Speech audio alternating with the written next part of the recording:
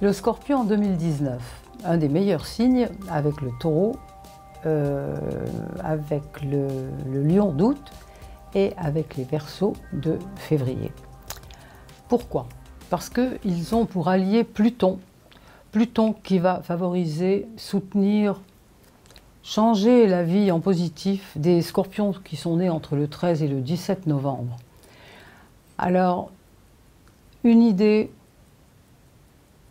géniale, une rencontre inopinée et avec un personnage puissant peut changer votre vie.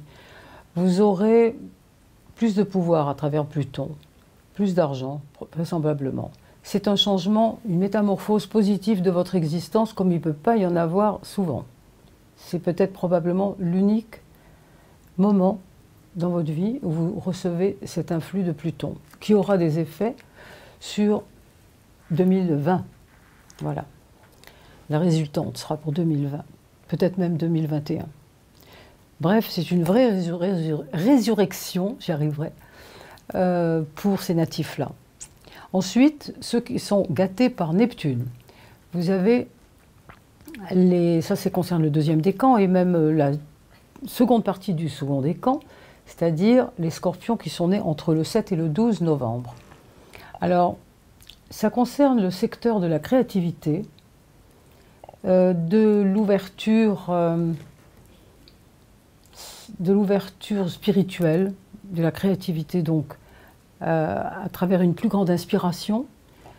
Certains deviennent religieux ou philosophes ou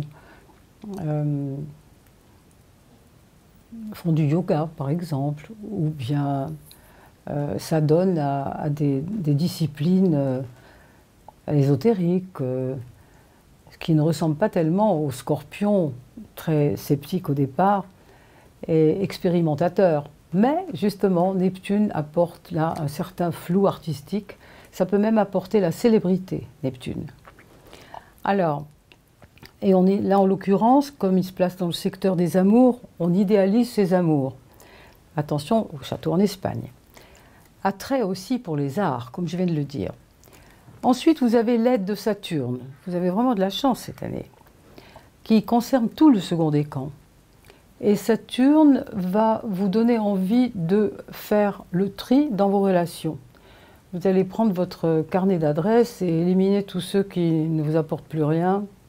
Bref, on examine le passé et on trie en fonction de ce passé.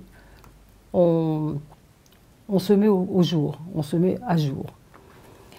Ça concerne donc le deuxième décan, à travers de façon générale une belle stabilisation, une reconnaissance de vos mérites.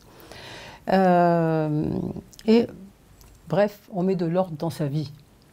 Donc c'est un très précieux influx qui ne surgit que tous les 10 ans.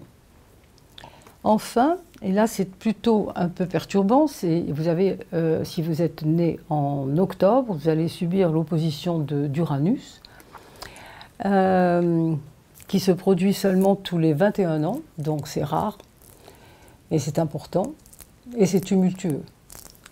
C'est-à-dire, Uranus en Taureau, en l'occurrence, se place dans le secteur de l'autre, chez vous, du partenaire, ou de l'associé, avec lequel il va peut-être y avoir du remue-ménage. Il y a des risques de rupture, il y a donc risque de séparation, de rupture, d'éclat. Donc il faut se mesurer, il faut savoir jusqu'où on veut aller. Mais attention quand même aux toccades et à la précipitation, donc aux accidents possibles, à certains moments surtout. Et surtout, côté cardiaque, côté circulation sanguine, organes génitaux, qui sont le cœur, donc qui appartiennent à vos fragilités. Alors quand donc évitez les imprudences de la mi-février à fin mars, en juillet-août, de mi-novembre à fin d'année.